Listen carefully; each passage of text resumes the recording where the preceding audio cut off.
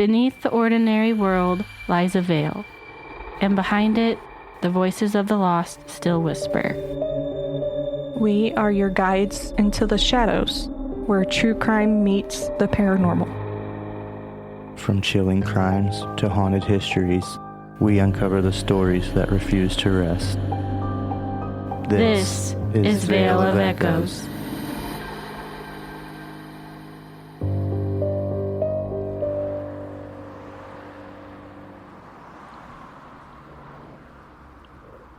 September 19th, 1961. A dark stretch of Route 3 in rural New Hampshire. Betty and Barney Hill were driving home from a short vacation in Montreal. It was late. The roads were mostly empty. The sky was unusually clear. They weren't looking for anything unusual that night. They were just trying to get home. That's when Betty noticed a light in the sky. At first, she thought it was just a star. But stars don't change direction. The light moved forward, stopped, then followed them. Barney, do you see that? It's probably just a satellite. Nothing to worry about. But the light descended, hovered, and came closer. At approximately 10 p.m., Betty and Barney Hill pulled over to get a better look. What happened next would become one of the most famous and most controversial alien abduction cases in American history. And somewhere along the road, 2 hours of their lives disappeared. This is episode 45, The Alien Abduction of Betty and Barney Hill. Welcome back to Veil of Echoes, where true crime meets the unexplained and where reality doesn't always stay intact.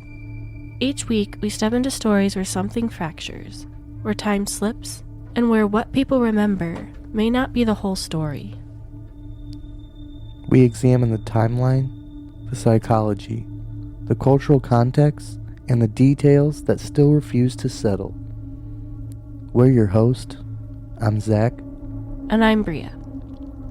Before we begin, this episode includes discussions of alleged alien abduction, hypnosis regression, and psychological trauma. Some descriptions may be unsettling. Listener discretion is advised. Before we move forward, we want to ask you for something small, but powerful. If you've been listening to Veil of Echoes, whether it's your first episode or your 45th, your rating genuinely matters more than you know. We're an independent show, no network, no corporate backing, just the three of us and you. And right now, reviews are what determine whether this podcast grows or disappears into the algorithm. If this show has ever stayed with you, if a story has ever unsettled you or made you think differently, please take a moment to leave us a rating or written review on Apple or Spotify. It takes less than a minute, but it helps us more than you realize. It keeps these stories alive and helps new listeners find us, and we're deeply grateful you're here. To understand what happened on that dark stretch of highway, we have to understand who Betty and Barney Hill were. In 1961, Betty and Barney Hill lived in Portsmouth, New Hampshire. They weren't fringe believers. They weren't chasing lights in the sky. They were active members of their community, employed, educated, civically engaged, ordinary. Betty Hill was 41 years old. She worked as a social worker for the state of New Hampshire. Friends described her as intelligent, curious, outspoken. She had an interest in astronomy, not obsession, but interest. She read, she asked questions, she looked up, but she was not known for fabricating stories. Barney Hill was 39. He worked for the U.S. Postal Service. He was also a member of the local NAACP chapter. Respected, steady, reserved. Unlike Betty, Barney was not drawn to speculation. He was practical, and by most accounts, skeptical. Betty was white. Barney was black. In 1961, interracial marriage was still illegal in many parts of the United States. The Supreme Court decision that would strike down those bans, Loving v. Virginia, was still 6 years away. The Hills' marriage was legal in New Hampshire, but socially, it was complicated. They were aware of how they were seen, aware of the tension that existed in parts of the country, aware that scrutiny followed them. Which makes what happened next even more complex, because coming forward with a story that involved a spacecraft would invite more attention, not less. On September 19th, 1961, the Hills were returning home from a short vacation in Montreal. They have traveled north for a few days away. Rest, sightseeing, a break from routine. They left Montreal in the evening, planned to drive throughout the night. The route would take them along U.S. Route 3 through the White Mountains of New Hampshire. Rural, dark, long stretches of empty highway. The early 1960s were the height of the space race. Sputnik had launched just 4 years earlier. Satellites were new. The sky felt busier than it had in previous decades. People were looking up more often, but UFO culture, as we know it now, wasn't yet mainstream. The term alien abduction wasn't common, and hypnosis regression wasn't widely associated with extraterrestrials. When Betty first noticed the light in the sky that night, neither of them assumed they were witnessing something extraordinary. Barney's first instinct was rational. A plane, a satellite, something explainable, which is important, because neither of them began this story believing they were about to be taken. They began it trying to get home. The Hill case would later become one of the first widely publicized alien abduction accounts in the United States. It would introduce elements that now feel familiar. Missing time, medical examination claims, detailed descriptions of non-human entities, star maps, hypnosis sessions. But in 1961, those narrative frameworks did not yet exist in popular culture, which raised a question that still lingers. Were Betty and Barney Hill describing something they experienced? Or did something else happen on that road that their minds later tried to make sense of? They would later say there was a moment when it stopped feeling like they were observing something and started feeling like something was observing them. That moment was still ahead. Up until this point, everything still had an explanation. A satellite, a plane, a trick of perspective. But that explanation was about to collapse. The object wasn't drifting away. It was changing direction, descending, adjusting its position as their car moved south. In the back seat, their dachshund, Delcy, had grown restless. It had been a long drive, so Betty suggested they pull over briefly to let her out. Barney steered into a roadside turnout near a picnic area. They weren't stopping to investigate a UFO. They were stopping for their dog.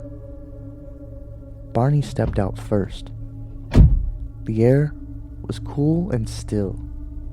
Dulcie moved anxiously near the car. Betty remained inside, watching the sky.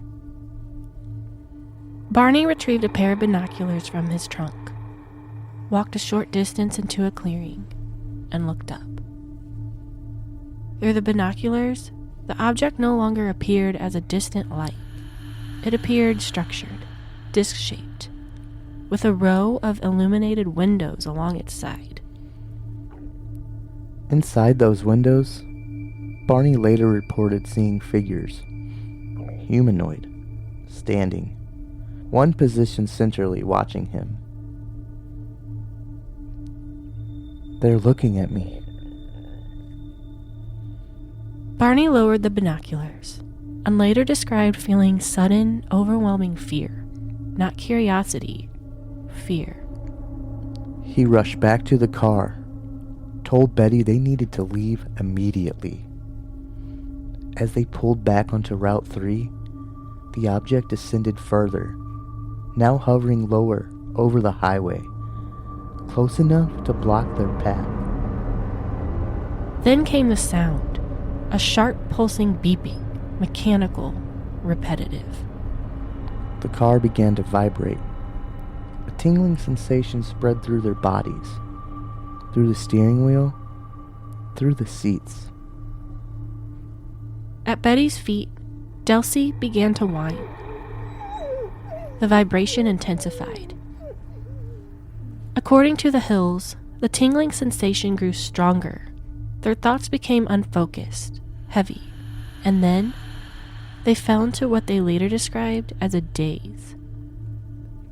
At some point, they became aware of the beeping sound again, as if waking from a bad dream, except they were still in the car driving. A road sign came into view. Ashland, approximately 35 miles south of Cannon Mountain. Neither of them could remember how they had gotten there. 2 hours had passed.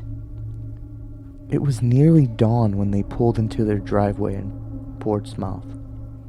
Inside the house, the kitchen clock read shortly after 5 a.m., which didn't make sense. They should have been home by 3 a.m. at the latest. But that wasn't the only thing that felt wrong. Neither of their watches worked. Barney's binocular strap was cut cleanly in half. Betty's dress was torn at the hem. Barney's shoes were scuffed.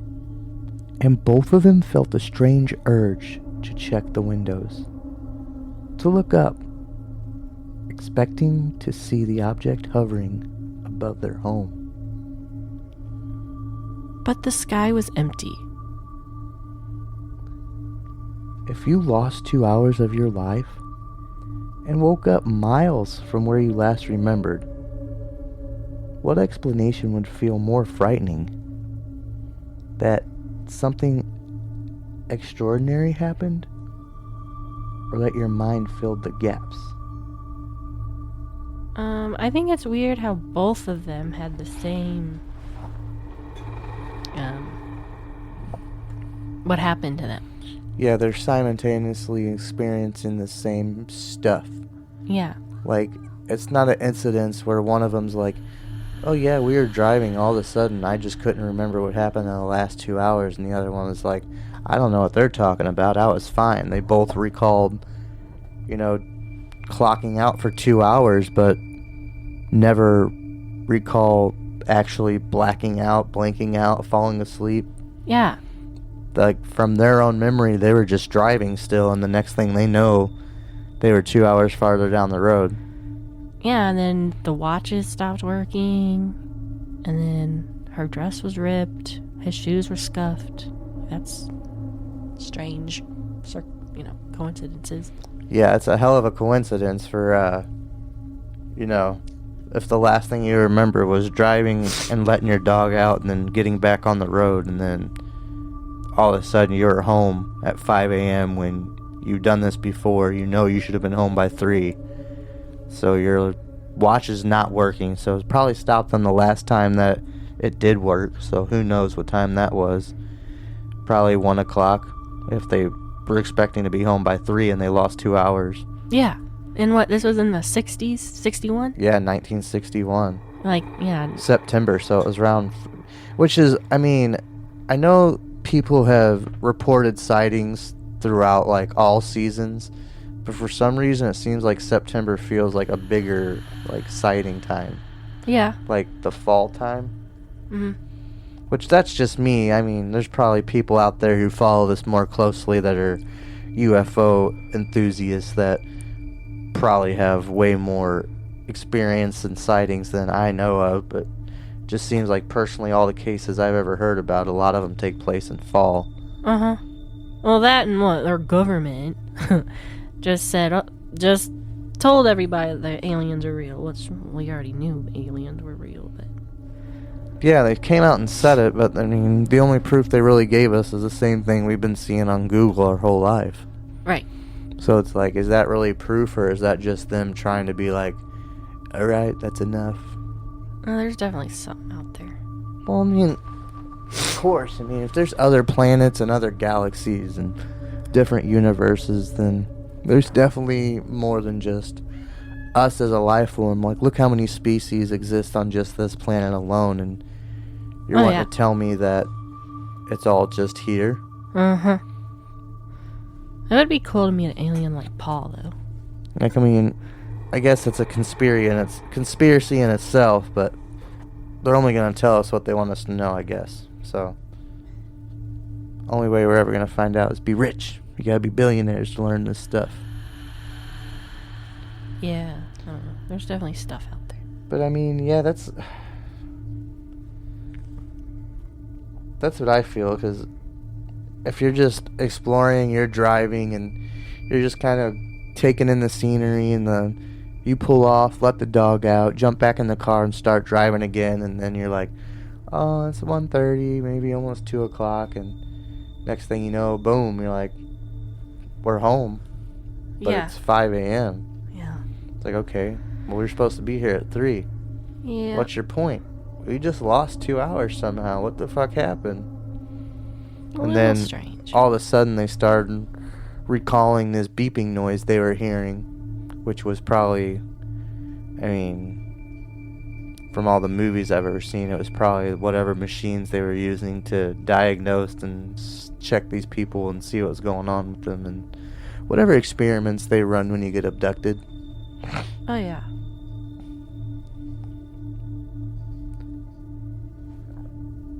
In the days following the return home, Betty Hill began to dream.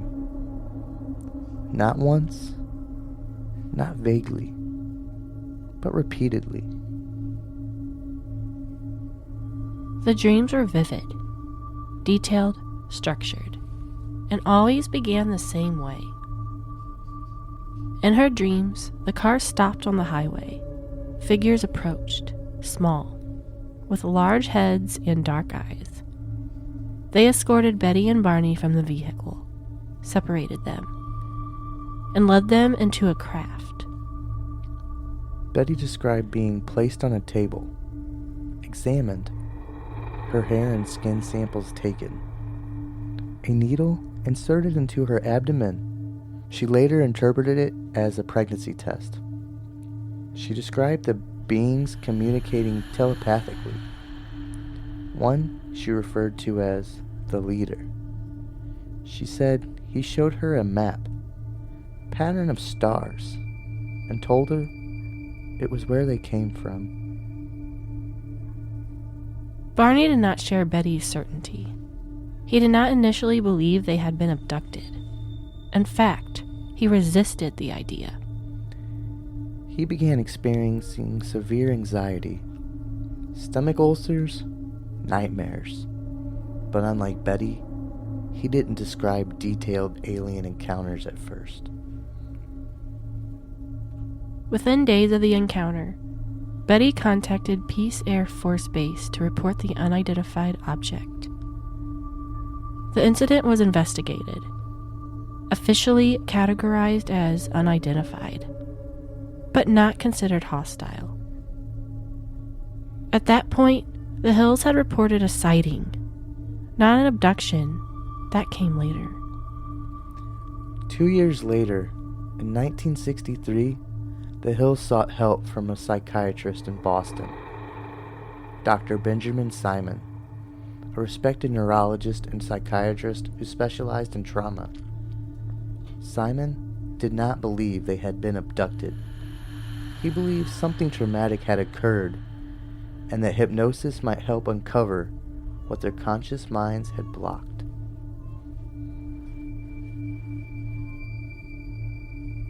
Under separate hypnosis sessions, Betty and Barney described similar narratives. Being taken aboard a craft, examined, communicating with non-human beings. Barney's descriptions included short figures, large, wraparound eyes, grayish skin, and black uniforms. Simon later concluded that Barney's account may have been influenced by Betty's dreams, that the human mind, under stress, can construct shared narratives, especially within close relationships. During hypnosis, Betty recreated the star map she claimed that had been shown to her. Years later, an amateur astronomer suggested the pattern resembled the Zeta Reticuli star system, specifically Zeta Reticuli 1 and 2. Skeptics argue the map was vague, as star patterns can be interpreted in multiple ways. Believers argue it was too specific to dismiss. So what happened on that road in 1961? Did two ordinary people experience something extraordinary? Or did stress, suggestion, and hypnosis shape a narrative that felt real enough to believe? Because once a memory is formed, even under hypnosis, it doesn't feel imagined. It feels lived. The Hill story did not fade quietly. In 1965, details of their experience was published in a Boston newspaper. Soon after, their account became the foundation for a book. Lectures followed. Interviews, national attention. Many of the elements we now associate with alien abduction lore are missing time, medical examination, humanoid beings with large eyes, star maps, entered popular consciousness through their story. Whether real, misinterpreted, or psychologically constructed, the Hill case became the blueprint. Some researchers argue the object was likely a misidentified planet, possibly Jupiter, or a military aircraft. The White Mountains were near military airspace. Unusual maneuvers in the sky were not impossible. Others suggest stress and exhaustion played a role. They had been driving for hours at night. Barney was under professional and social pressure as a black man in 1961 America. Some believe the experience may have begun as a vivid dream, that hypnosis later reinforced.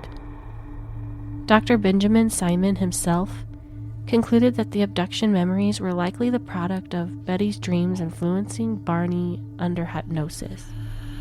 He did not believe they had been taken, but he did believe they had experienced something emotionally significant. There's also the possibility of shared narrative formation. Two people, one unexplained event, filling in gaps together over time, especially after media exposure. And then, there are those who believe the Hills experienced exactly what they described: an encounter, an examination, contact. They pointed to the missing time, the physical details, the consistency of their encounters under separate hypnosis, and the star map Betty later drew. Barney Hill died in 1969 at the age of 46 from a cerebral hemorrhage. He never recanted his account, but he remained more reserved about the experience than Betty. Betty Hill continued speaking publicly about the encounter for years. She lectured, gave interviews, answered questions. She died in 2004 at the age of 85. She maintained, until the end of her life, that what happened at Route 3 was real. No physical evidence of a spacecraft was ever recovered, no official confirmation was ever given. The Air Force categorized the sighting as unidentified, and the 2 missing hours were never explained. What remains is a question. 2 ordinary people, a quiet stretch of road, a light in the sky, and a gap in time. If their minds filled the missing time, why did the details align so closely? And if they didn't, what does that suggest? Do you believe their story? I mean, that is a very, very, very, very big coincidence right there. Yeah. They say under hypnosis, they remain to have the same story. Right. Same details, mapped out perfectly down to a T. But it seems like he was a bigger skeptic and didn't want to believe it, to where she was more open to believe it, and that's why she talked about it, toured with it, did interviews, to where he remained like, he talked about it probably with her, but he didn't really publicize it because I guess he didn't want people to think he was crazy. Because, I mean, back then they already had so much stacked against him, so the last thing they wanted their folks to think is that they were also nuts. Yeah. I mean, I want to say I believe them. I mean, there's obviously something out there. And this was, what, in the 60s? And Well, that's what I'm saying, like... them having the same story. I mean, I know Barney, like, he's more of a skeptic. Like, he was probably the type just didn't want to believe it, Well, but... I look at it like this. We were born in the 90s, early 90s. Me, 92, you, 93. And since then, just think of how many animal species have been discovered or found since then. All right. Under the ocean, in the mountains, in rural areas, remote places people never been before until we had the technology to get there. Well, I think, more than, 60% of the ocean's still not Well, yeah, discovered. There's quite a bit of it that's still unexplored and still have a lot to be found. Yeah. But my point is, if right here on our own planet that we were born on, raised on, that we've developed on, that we grew on, and there's still things we haven't found here hiding right underneath our nose, and you think they found everything out there, billions of light years away, Right. is the craziest thing ever. Or those who think that there's absolutely nothing else out there and that it's completely just us. Like, that's another completely crazy theory. Like, just based on the things we've seen, you can't just be so closed-minded to be like, yeah, that's it, that's all. Well, that and, like, the alien abductions, it's always the same thing. Like, they're the obviously... missing time, the noises, They're taking sample, or, put you on a table. And it's like, yeah, it's mind-boggling, because if it is happening, why? Right. But if it isn't happening, like, why as well? Like, why go to the extremities to tell these stories? It's like, it's not like they're getting, well, maybe she was after a while, but it's not like, especially him, he was staying closed-minded about it. He wasn't getting paid for it, so you think if they were getting paid good money for it, that he would have never stopped talking about it. Oh, yeah. But it seems like, she went on to continue to talk about it, do interviews, and bring it. Like, she wanted to figure out what's going on, because, your mind perceives everything differently than someone else's, but what she experienced, she deeply believes, and then she's trying to tell other people. Like, maybe she's trying to give them signs of what's happening, and I know one of those signs is, like, the watches when they stop, or your electronics, like your radio going all staticky and out of whack, like going from a normal song to, like, white noise and static sound, or completely shutting off, and your car lights just all at once just stopping, and your vehicle slowing down because the electronics ain't working to keep it powered. And it's a lot of signs like that are related, and it seems like most of those came from this story because it was one of the first big public stories of abduction. Especially the missing time concept. Oh, yeah. Because that's one thing they both highly agreed upon, is that there was a 2-hour gap. And it was just strange because the last thing he recalled is driving. And then he showed up at home and it was 5 a.m. And the last time he recalled was about 1 p.m. or 1 a.m. Yeah. Yeah, that's strange. Very eerie, but then again, like, I'm skeptic enough that, from their description, I really don't want to, like, experience it to that point, but No. I'd like to see something enough that I'd be like, all right, yeah, Yeah. I saw what I wanted to see and I'm comfortable enough to believe, but the whole going out there on an interview with just a whim, like, not very much proof, especially in a more skeptical time. Mm-hmm. Like, that's a strong belief. Yeah. Like, I don't know exactly what she saw, never will I, but she strongly believed that she experienced it. Yep. Well, I mean, he did too, though, in a way. Yeah, he believed it, but I think he got more of the fear aspect where she got more of the skeptic aspect, because a skeptic doesn't always mean you don't believe. It just means, like, you want to believe more, you want more evidence. Yeah. And you would go on the hunt to find that evidence. Look at, what's his name, Tom DeLonge.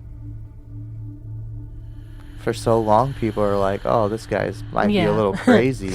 But he went out there, he got pictures, and apparently he got enough proof for them to be like, all right, well, yeah, we can't really identify what this is. So he got enough for somebody out there to be like, yeah, this is an unidentified object.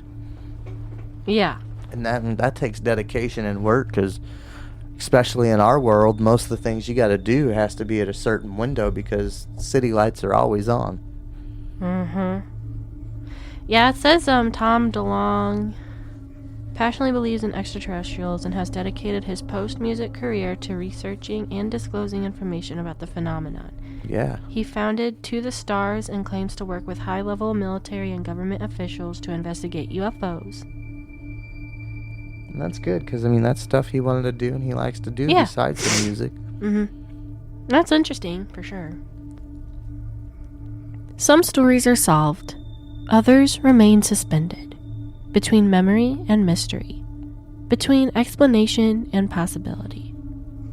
What happened on Route 3 that night in 1961 has never been fully explained. And maybe that's why it still lingers. If this episode stayed with you, if it made you question, wonder, or look up at the sky a little differently, please take a moment to leave us a rating or written review on Apple or Spotify.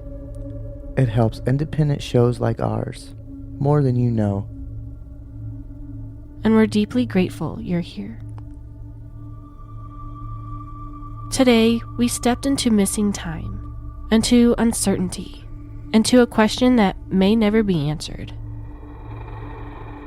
But on Monday, we step into something very real.